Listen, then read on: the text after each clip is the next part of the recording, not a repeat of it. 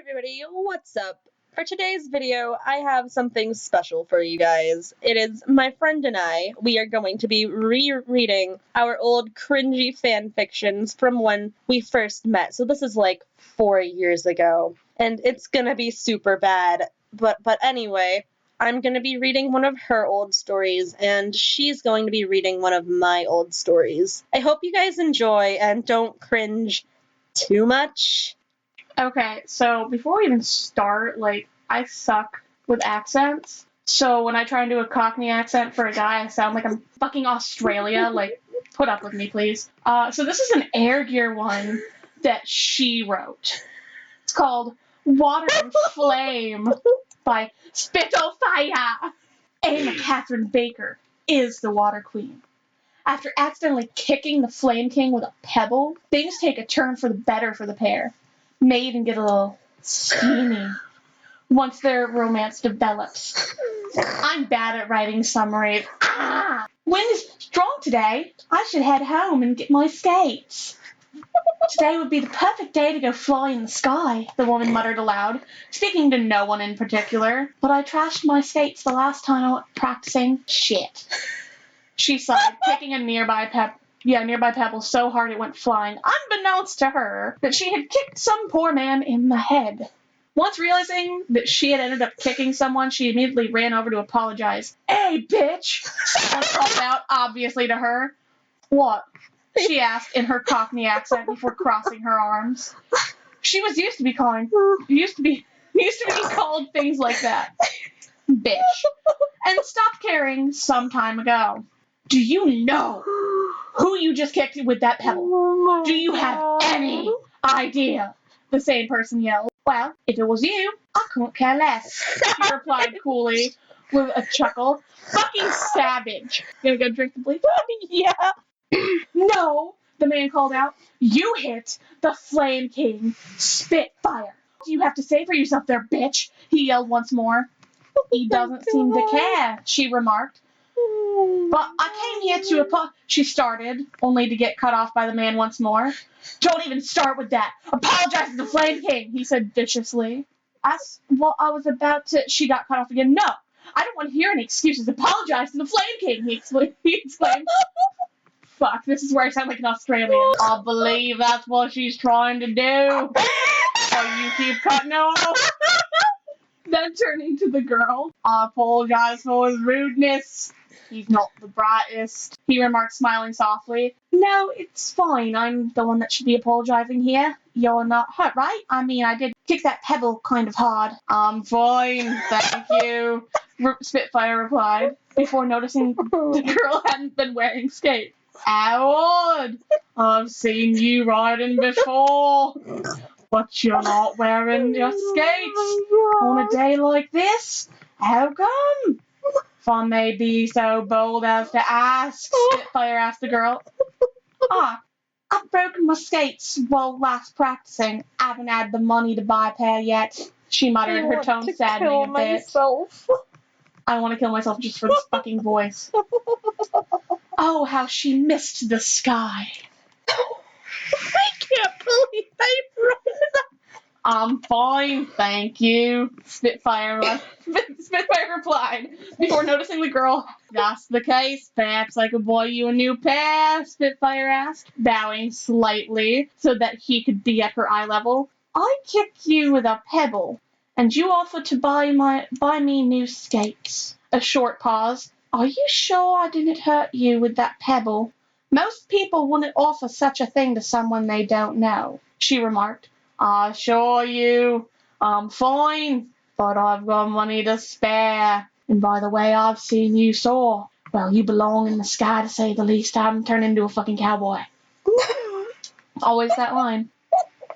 And it's a shame that you can't fly at this moment, he replied, a small smirk coiling upon his features. They're gonna smash. A light blush flourished on the girl's features. I see. Another short pause. I suppose I could let you buy me a pair, but then I feel like I owe you something, she said in response. He nodded and straightened himself out, putting his hand on his chin as if in thought. How about you and I have a race afterwards? Oh my I've been in god. need of some competition, he finally said. Think you should know a girl's name before challenging her to a race, but I'm game nonetheless, she remarked, a sparkle in her eye they're gonna fucking smash. Catherine, by the way. Catherine Baker. She added, her first name just an alias. She was the water queen, surprising as it may seem. Her first name was Ama, which meant water. Well, she didn't want to draw the unwanted attention, and she didn't need him knowing either. A lovely name, Spitfire replied, picking up the girl's hand and kissing it gently. Shall we go now? He asked. Then turning to his underling, you can go ahead and head back. I might be a while. Getting a nod from the underling, Spitfire and Ama went off, and they smashed. That is not actually in there. I added that in there because that's what fucking happened, because it's never going to be continued. I want to drink bleach. Understandably. What kind of name is Ema? It means fucking water. Okay, so now for your story. This one is called Fallen Angel. Kill me. Sebastian XOC by SKD did 11. There's something else in there, bitch. Tell the fucking story about that. They were fucking intertwined. The stories were intertwined. It was a Black Butler one, and it was her OC and Sebastian, and my OC and Ronald. Just thinking about it makes me want to consume 4 gallons I already of want to bleach. drink bleach, like, right now. You haven't even started reading, and I'm like, where's the bleach, fam? And the summary at the bottom. A story that is going along with my friends. Hope you enjoyed it. I tried. Yeah, hides behind Sebastian. Fuck, where's the bleach? So let's get right into this shit. I hate myself. Just a bit further, I thought to myself, and flapped my wings, trying to get to a safe haven. The Phantom Hive estate. Sarah, you are impure! You must be cleansed! I glanced up and saw Angela, my older sister. Brother? It's kind of complicated, actually. Let's be real, it is. It's very complicated. I flew as fast as I could and ducked into a forest. Angela's wings had grown too big to fit into narrow spaces like entrances of forests. I landed softly inside, pulling my wings close to my body. I glanced at the very bottom of my wings, seeing black. So I really am a fallen angel. Where's the fucking bleach? I whispered, feeling the black feathers still soft, the only true difference being the color. Flashback. Now, keep yourself pure and immune to impurity. I rolled my eyes and went back to staring out the window of the classroom as the professor droning on about the remaining pure. Why was I made an angel, I thought to myself. This is no fun whatsoever. We can't go to Earth and mingle, nor can we wear anything other than these stupid dresses. I sighed and slouched in my seat. Ding dong ding! The bell sounded to end class. I smiled and grabbed my back, quickly running out to the door and out to the front of the school, and of the cloud the school was on, flapping my wings and gliding at the bottom of the lowest cloud, taking in the sight of London, England, and the surrounding countryside. I wish I could go down there, I said to myself, smirking. Why smirking? I don't know. Smirking after, and landed on top of a building, pulling in my wings so they didn't show at all, just like Ash had shown me. I went to the back of the building, emerging from an alleyway and smiling at everyone as I adjusted my bag and walked down the street. How amazing humans are, so easily corrupted, yet giving many chances to go off the path and wander back to the path as they please. I thought as I watched a man pay a prostitute and follow her around a building, and a boy steal a few coins from his mother's purse. I continued walking through, not paying much attention to where I was going. I soon realized I had reached a dirt road and smiled, running down the road for a while, soon deciding I could spread my wings and fly somewhere. I flew high into the air looking for something interesting and seeing just that. Pluto. I smiled and flew to him, landing on his head and giggling as he barked happily, turning into a human and grabbing me. I pulled in my wings and jumped, running away, giggling and screaming as he grabbed me, pinning me and licking my cheek.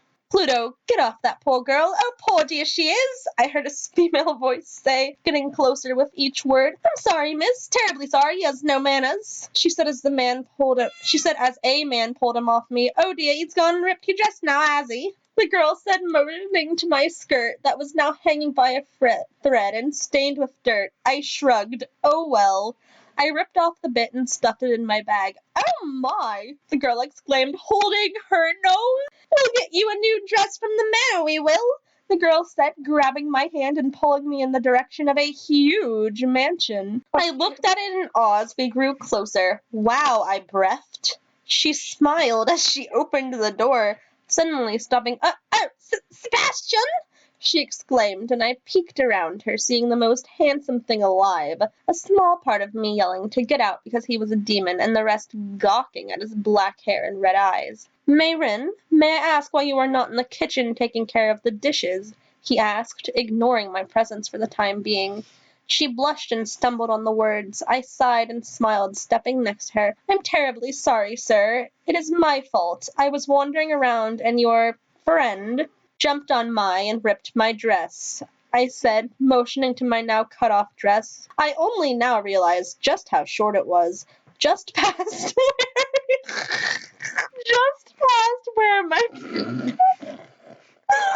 panties reached, and blushed a bit. So your nice maid here offered to get me a new dress from your estate, I finished smoothly. He smirked, and something flashed in his eyes for a moment. Well, I'm sure I could get off the stains and fix the dress if you wouldn't mind staying her for a while, miss, he said, bowing a bit. I blushed even darker and nodded. I wouldn't mind a bit, though it is getting quite late, and I don't think it would be safe for me to travel at night, I said, a glint in my eyes. After agreeing I could stay the night, I got a dress I could borrow until the next morning when I would leave. In a matter of hours, I had met Earl Seal Phantomhive. He had a nice supper with him, bathed, and got into my room for bed. I sat brushing my short brown hair at the beautiful vanity in my room when there was a knock on my door. Yes, I asked, and the door opened to reveal the butler, Sebastian. I smirked. What's with all of the fucking smirking? I don't know. I think at that point in my life, I thought smirking was, like, the coolest thing to do. Like,